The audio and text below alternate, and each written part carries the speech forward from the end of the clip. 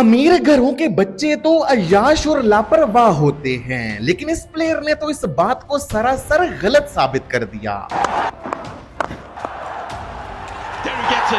जो रिकॉर्ड सचिन तेंदुलकर अपने पूरे करियर में नहीं बना पाए थे, वो रिकॉर्ड इस प्लेयर ने सिर्फ 21 साल की उम्र में ही बना डाला था।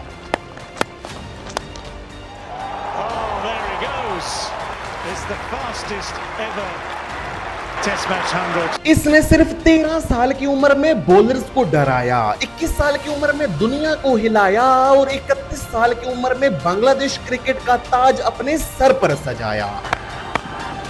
And that's a magnificent innings. He absolutely is loving it. लेकिन फिर वो वक्त भी आया जब अपने ही लोगों ने इसे पत्थर से डराया, अपने ही क्रिकेट बोर्ड ने इसे रुलाया और अपने ही साथियों ने इसे बच्चा कहकर चिढ़ाया। I am retiring from international cricket. I tried my best. लेकिन फिर भी ये बांग्लादेश के लिए रिकॉर्ड्स बनाने से बाज ना आया। जी हाँ, मैं बात कर रहा हूँ बांग्लादेश क्रिकेट हिस्ट्री के the greatest opener of all times की। मैं बात कर रहा हूँ तमीम इकबाल खान की। He becomes the second Bangladeshi player to score a double hundred in Test match cricket. This 10th 100 and what an innings it has been.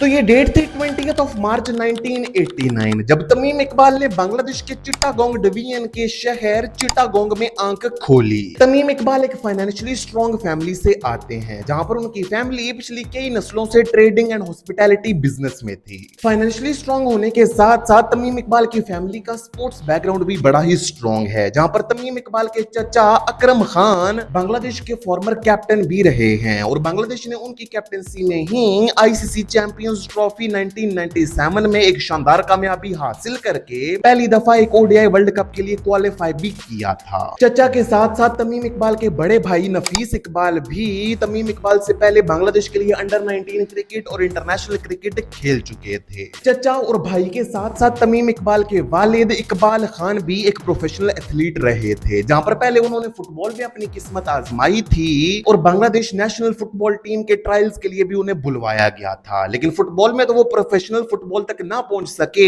लेकिन फिर उन्होंने अपनी किस्मत क्रिकेट में आजमाने का फैसला किया और उन्होंने बांग्लादेश में डोमेस्टिक क्रिकेट भी खेली। लेकिन यहाँ पर मसला ये था कि इकबाल खान के वालिद यानी कि तमीम इकबाल के दादा वो ये चाहते थे कि इकबाल खान स्पोर्ट्स को छोड़ें और अपना फैमिली बिजनेस संभाल लें, क्योंकि अकरम खान पहले से ही क्रिकेट में थे और वो काफी ऊपर जा चुके थे। इसलिए इकबाल खान के वालिद ये चाहते थे कि एक भाई स्पोर्ट्स में रहे और दूसरा भाई फैमिली बिजनेस संभाले। इसलिए इकबाल खान ने अपने ड्रीम्स को छोड़ा और उन्होंने अपना फैमिली बिजनेस संभाल लिया, लेकिन स्पोर्ट्स से मोहब्बत उनके दिल से जा ना सकी। जहां पर वो अपने फैमिली बिजनेस में तो आ गए थे, लेकिन वो अपने पर्सनल पैसों से चिटागोंग के अंदर लोकल टूर्नामेंट्स ऑर्गेनाइज करवाया करते थे। लोकल टूर्नामेंट्स ऑर्गेनाइज करवाने के साथ साथ Iqbal Khan local cricket academies और क्रिकेट क्लब्स को फंड भी किया करते थे। अब जब वो लोकल टूर्नामेंट्स ऑर्गेनाइज करवाया करते थे तो जाहिर सी बात है कि उन टूर्नामेंट्स में तमीम इकबाल को भी खेलने का मौका मिलता था, लेकिन तमीम इकबाल को मौका इस वजह से नहीं मिलता था कि वो टूर्नामेंट उनके फादर ने करवाया है, बल्कि उन्हें मौका इस वजह से मिलता था क्योंकि तमीम इकबाल बचपन से ही टैलेंटेड थे। अगर मैं आपको उनके बचपन का एक वाकया सुनाऊं तो साल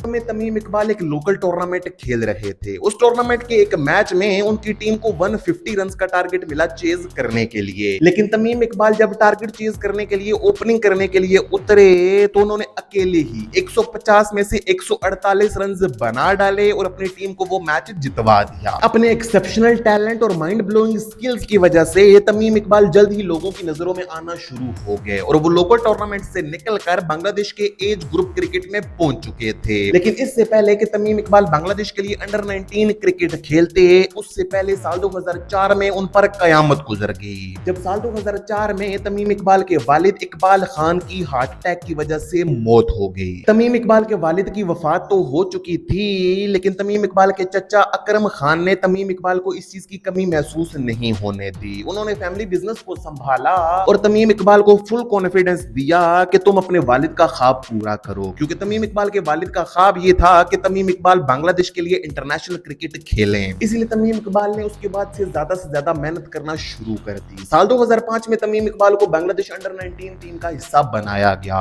और साल 2006 के अंडर 19 वर्ल्ड कप के लिए भी तमीम इकबाल बांग्लादेश की टीम का हिस्सा थे। लेकिन उस अंडर 19 वर्ल्ड कप में तमीम की परफॉर्मेंस इतनी ज्यादा इंप्रेसिव नहीं रही थी, जहां पर उन्होंने 5 मैचेस में सिर्फ 66 रन ही बनाए थे। लेकिन उसी साल यानी कि साल 2006-07 के नेशनल क्रिकेट लीग सीजन में तमीम इकबाल ने लिटरली तबाही मचा कर रख दी, जहां पर उन्होंने 4 मैचेस में 400 प्लस रन किए, जिसमें उनकी 2 सेंचुरीज और 2 50s शामिल थी। लेकिन सिर्फ इसी परफॉर्मेंस ने उन्हें उनका ओडीआई डेब्यू दिलवाने में मदद नहीं की, बल्कि तमीम इकबाल के पास एक ऐसी स्पेशलिटी मौजूद थी जो कि उस टाइम पर बांग्लादेश में और किसी के पास नहीं थी। वो स्पेशलिटी ये थी कि तमीम इकबाल जैसे ही बैटिंग करने के लिए आते थे तो वो सेट होने के लिए टाइम नहीं लेते थे, बल्कि आते ही वो एग्रेसिवली बॉलर्स के ऊपर चार्ज करना शुरू कर देते थे। और इस चीज में वो इस चीज का बेलिहाज नहीं करते थे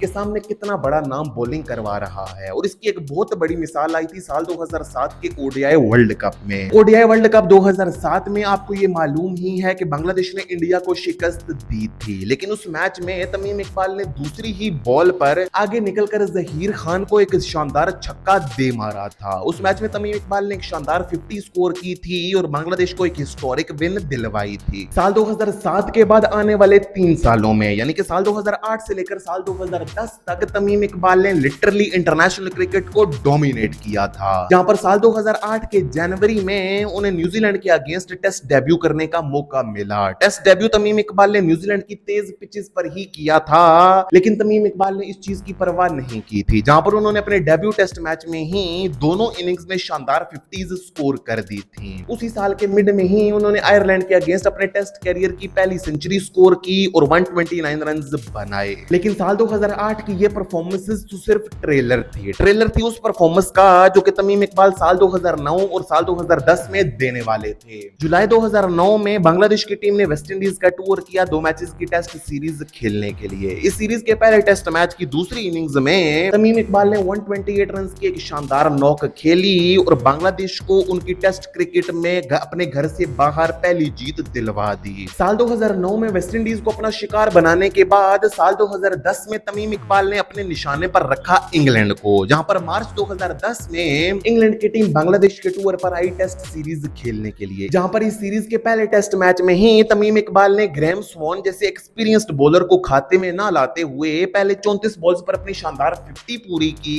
और उसके बाद 71 गेंदों पर 85 रन के साथ अपनी इनिंग्स को फिनिश किया। लेकिन यह परफॉर्मेंस तो तमीम इकबाल ने अपने घर पर दी थी, लेकिन अब बारी थी इंग्लैंड को उनके घर में जाकर मारने की और वो तमीम इकबाल ने मारा भी। साल 2010 के मिड में बांग्लादेश की टीम ने इंग्लैंड का टूर किया 2 मैचेस की टेस्ट सीरीज खेलने के लिए। इस सीरीज का पहला टेस्ट मैच खेला गया था लॉर्ड्स में और इस टेस्ट मैच से पहले कभी भी किसी भी बांग्लादेश के प्लेयर ने लॉर्ड्स क्रिकेट ग्राउंड में एक टेस्ट मैच में सेंचुरी नहीं बनाई थी। लेकिन उस दिन तारीख बदली और तमीम इकबाल ने सिर्फ 100 गेंदों पर 103 रन की शानदार नॉक खेल डाली और तमीम इकबाल ने सेंचुरी कंप्लीट करने के बाद अपनी बैक पर बल्ला मारा और उसके बाद लॉर्ड्स क्रिकेट ग्राउंड के ओनर्स बोर्ड की तरफ इशारा किया। उनके इस इशारे का मतलब ये था कि अब मेरा नाम उस ओनर्स बोर्ड पर लिख दो और ये माइलस्टोन तमीम इकबाल ने सिर्फ 21 साल की उम्र में ही अचीव कर लिया था। साल 2010 में टेस्ट क्रिकेट में उनकी इन बेहतरीन परफॉर्मेंसेस को देखते हुए विजडन ने उन्हें test cricketer of the year announce किया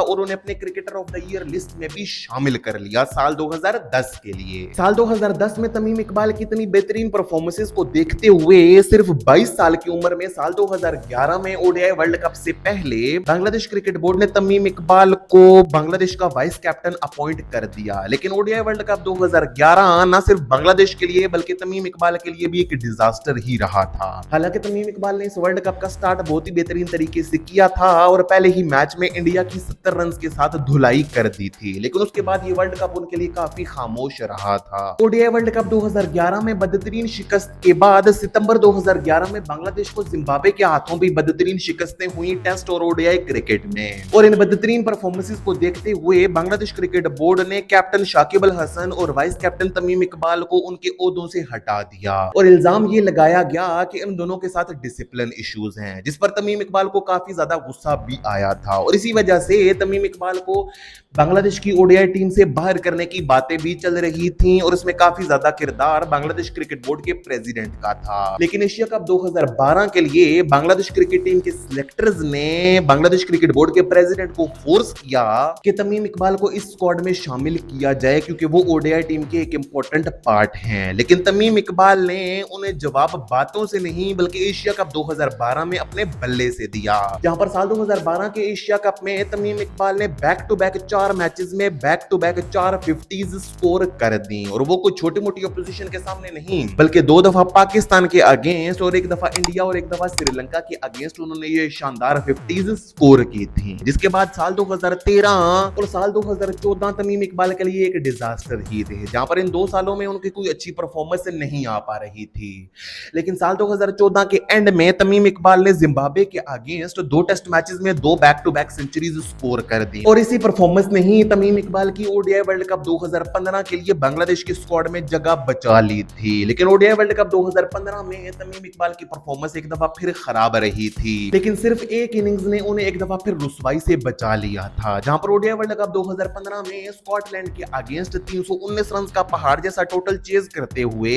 तमीम इकबाल ने 95 रन की एक शानदार नॉक खेली थी और इसी वजह से बांग्लादेश ने वो 319 रन का पहाड़ जैसा टोटल चेज कर लिया था। एक मिला जुला सा ओडीआई वर्ल्ड कप 2015 गुजारने के बाद तमीम इकबाल पहुंचे साल 2016 में। साल 2016 में एशिया कप और टी20 वर्ल्ड कप खेला जाना था, लेकिन एशिया कप 2016 तमीम इकबाल नहीं खेल पाए क्योंकि उसके दौरान वो अपनी बीवी के पास मौजूद थे थाईलैंड में, जहां पर उनके पहले बच्चे की पैदाइश होने वाली थी। लेकिन तमीम इकबाल एशिया कप 2016 की कसर टी20 वर्ल्ड कप 2016 में निकालने वाले थे, जहां पर उन्होंने टी20 वर्ल्ड कप 2016 में ओमान के अगेंस्ट 103 रन की एक शानदार नॉक खेली और ये किसी भी बांग्लादेशी प्लेयर की टी20 इंटरनेशनल क्रिकेट में पहली सेंचुरी भी थी। जहां पर इन 3 सालों साल 2014, 15 और 16 में तमीम इकबाल की ओडीआई क्रिकेट उतनी ज्यादा डोमिनेट नहीं चल रही थी, वहीं पर तमीम इकबाल तो टेस्ट क्रिकेट में तबाही मचा रहे थे। जहां पर मई 2015 में तमीम इकबाल ने टेस्ट क्रिकेट में अपनी पहली डबल सेंचुरी स्कोर की, जो कि की गई थी मई 2015 में पाकिस्तान के अगेंस्ट, जहां पर तमीम इकबाल ने 206 रन बनाए थे और बांग्लादेश को एक शर्मनाक हार से बचाया था और पाकिस्तान के अगेंस्ट वो टेस्ट मैच ड्रॉ किया था। तमीम इकबाल की टेस्ट क्रिकेट में ये ब्रिलियंट परफॉर्मेंसेस तो एक ट्रेलर थी उस मूवी का जो कि चैंपियंस ट्रॉफी 2017 में चलने वाली थी। चैंपियंस ट्रॉफी 2017 में लिटरली तमीम इकबाल ने तबाही मचा कर रख दी थी, जहां पर उन्होंने पहले मैच में इंग्लैंड जैसी जॉइंट अपोजिशन के अगेंस्ट 128 रन बनाए थे और उसके बाद ऑस्ट्रेलिया की बॉलिंग लाइनअप को उड़ाते हुए उन्होंने 95 रन की धुआंधार नॉक खेल डाली थी। लेकिन न्यूजीलैंड के अगेंस्ट ऑल इंपॉर्टेंट मैच में वो डक पर आउट हो गए थे और फिर उन्होंने वापसी की थी सेमीफाइनल में, जहां पर सेमीफाइनल में उन्होंने इंडिया के अगेंस्ट 70 रन की एक शानदार नॉक खेली थी और जब तक तमीम इकबाल क्रीज पर मौजूद थे तब तक ये लगता था कि बांग्लादेश की टीम 300 रन के पार जाएगी, लेकिन उनके आउट होते ही बांग्लादेश की बैटिंग लाइनअप कोलैप्स कर गई और सिर्फ 264 रन ही बना पाई, जिन्हें इंडिया ने बड़ी आसानी से चेज कर लिया। जहां पर साल 2017 की चैंपियंस ट्रॉफी में तमीम इकबाल ने अपने बल्ले के साथ सेल्फलेसनेस और ब्रेवरी दिखाई थी, वहीं पर साल 2018 में तमीम इकबाल अपने दिल से सेल्फलेसनेस और ब्रेवरी दिखाने वाले थे। एशिया कप 2018 के अपने पहले ही मैच में श्रीलंका के अगेंस्ट सुरंगा लकमल की एक बॉल तमीम इकबाल के बाजू पर आ लगी और वो इंजर्ड हो गए। उसके बाद उन्हें हॉस्पिटल शिफ्ट किया गया और जब वो ग्राउंड में वापस आए तो उनके बाजू पर एक बैंडेज लगा हुआ था और जब सिर्फ 229 रन पर बांग्लादेश की 9वीं विकेट गिरी तो सब ये समझ रहे थे कि यहाँ पर इनिंग्स एंड हो चुकी है। लेकिन तमीम इकबाल अपने हाथ पर और बाजू पर प्लास्टर चढ़ाए हुए ग्राउंड में दाखिल हुए और उसे टूटे हुए बाजू के साथ ही उन्होंने बैटिंग शुरू कर दी। पिछले 2 सालों में इतनी ज्यादा बहादुरी दिखाने के बाद साल 2019 तमीम इकबाल के लिए कदरे खामोश रहा था, जहां पर ओडीआई वर्ल्ड कप 2019 में तमीम इकबाल ने 8 मैचेस में सिर्फ 235 रन ही बनाए थे, जिसमें उनकी 2 50s शामिल थी। ओडीआई वर्ल्ड कप 2019 में उनकी इन खराब परफॉर्मेंसेस को देखते हुए एक दफा फिर ये बातें होने लगी थी कि तमीम इकबाल को बांग्लादेश की ओडीआई टीम से बाहर करो, लेकिन तमीम इकबाल ने साल 2020 के स्टार्ट में एक दफा फिर वापसी की, जहां पर मार्च 2020 में उन्होंने जिम्बाब्वे के अगेंस्ट 2 ओडीआई मैचेस में 2 back to back centuries score कर दी और अपनी जगह एक दफा फिर ओडीआई टीम में पक्की कर ली और ऐसी पक्की की कि फिर उन्हें ओडीआई टीम से निकाला नहीं जा सका था, क्योंकि मशरफ मुर्तजा ने जिम्बाब्वे के अगेंस्ट उस ओडीआई सीरीज के बाद बांग्लादेश की ओडीआई कैप्टनसी छोड़ी और तमीम इकबाल को बांग्लादेश का न्यू ओडीआई कैप्टन अपॉइंट कर दिया गया। जहां पर पहले तमीम इकबाल बांग्लादेश को अपने बैट के साथ जीत दिलवा रहे थे, लेकिन अब बारी थी कैप्टनसी के साथ जीत दिलवाने की और वो तमीम इकबाल ने दिलवाई भी। साल 2021 के स्टार्ट में तमीम इकबाल ने बांग्लादेश को वेस्टइंडीज के अगेंस्ट एक ओडीआई सीरीज में 3-0 से जीत दिलवाई और वेस्टइंडीज के बाद उन्होंने अगला निशाना बनाया श्रीलंका को और साल 2021 के मिड में उन्होंने श्रीलंका के अगेंस्ट पहली दफा हिस्ट्री में एक ओडीआई सीरीज जीती और श्रीलंका को 2-1 से मात दे दी। जहां पर साल 2021 का आगाज तमीम इकबाल ने इतनी बेहतरीन परफॉर्मेंसेस के साथ किया था, वहीं पर साल 2021 का इख्तिताम तमीम इकबाल ने एक बहुत बड़े दिल के साथ एक बहुत बड़े फैसले के साथ किया। जुलाई 2021 में तमीम इकबाल को जिम्बाब्वे के अगेंस्ट एक मैच के दौरान नी इंजरी हो गई थी और तमीम इकबाल उस नी इंजरी से रिकवर कर रहे थे और ये एक्सपेक्ट किया जा रहा था कि T20 वर्ल्ड कप 2021 तक तमीम इकबाल अपनी इंजरी से रिकवर कर जाएंगे, लेकिन T20 वर्ल्ड कप 2021 से पहले तमीम इकबाल ने फेसबुक पर एक बयान जारी किया। उस बयान में उन्होंने ये कहा कि मैं तो अपनी इंजरी से रिकवर कर जाऊंगा और T20 वर्ल्ड कप 2021 के लिए फिट हो जाऊंगा, लेकिन ये ज्यादती होगी मोहम्मद नईम और लिटन दास के साथ,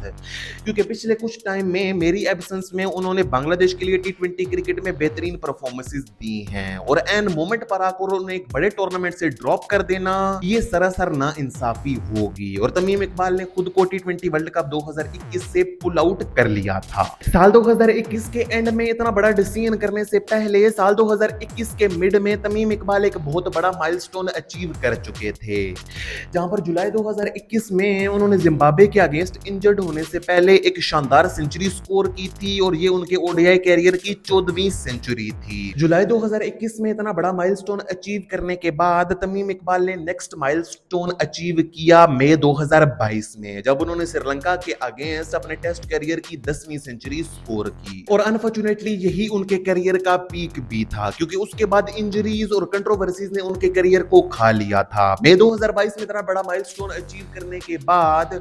तमीम इकबाल का बाकी का 2022 मेजरली इंजरीज में ही चला गया था, जिसके बाद साल 2023 में तमीम इकबाल एक दफा फिर इंजरी से जूझ रहे थे, जहां पर सितंबर 2023 में अफगानिस्तान के अगेंस्ट एक ओडीआई मैच तमीम इकबाल ने खेला, लेकिन तमीम इकबाल ने गलती ये की कि उन्होंने उस मैच के बाद ये बोल दिया मीडिया में आकर कि वो खुद को फिट महसूस नहीं कर रहे थे, लेकिन उन्होंने एक मैच खेलने का फैसला किया ताकि वो खुद को ये चेक कर सकें कि वो खुद फिट हैं या फिर नहीं। इस स्टेटमेंट पर बांग्लादेश क्रिकेट बोर्ड के प्रेसिडेंट नजमुल हुसैन को काफी ज्यादा गुस्सा आ गया। बांग्लादेश क्रिकेट बोर्ड के प्रेसिडेंट ने अपनी स्टेटमेंट में ये कहा कि ये किस किस्म का बिहेवियर है, ये प्रोफेशनल बिहेवियर नहीं है कि तमीम इकबाल एक इंटरनेशनल मैच को एक प्रैक्टिस की तरह ले रहे हैं। इस स्टेटमेंट के बाद तमीम इकबाल इतना ज्यादा गुस्सा हो गए कि उन्होंने अगले ही दिन प्रेस कॉन्फ्रेंस बुलाई और रोते हुए इंटरनेशनल क्रिकेट में ऑल फॉर्मेट से रिटायरमेंट का ऐलान कर दिया। ओडीआई वर्ल्ड कप 2023 से सिर्फ 2 महीने पहले तमीम इकबाल की रिटायरमेंट बांग्लादेश के लिए एक बहुत बड़ा धचका थी, इसीलिए बांग्लादेश के लेजेंडरी कैप्टन मशरफ मुर्तजा खुद मैदान में आ गए। उन्होंने बांग्लादेश की वज़ीर-ए-आज़म शेख हसीना से बात की कि वो तमीम इकबाल को राजी करें कि वो अपनी रिटायरमेंट वापस लें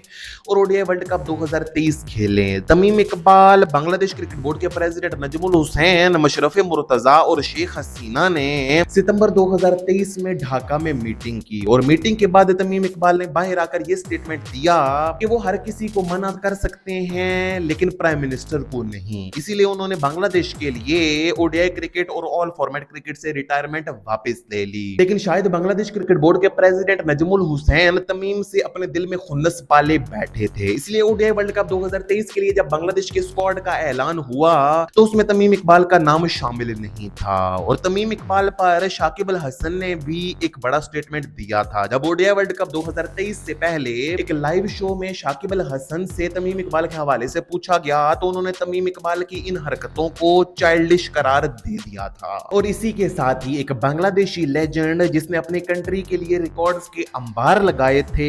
इतने ड्रामाई अंदाज में उसके करियर का इख्तिताम हो गया।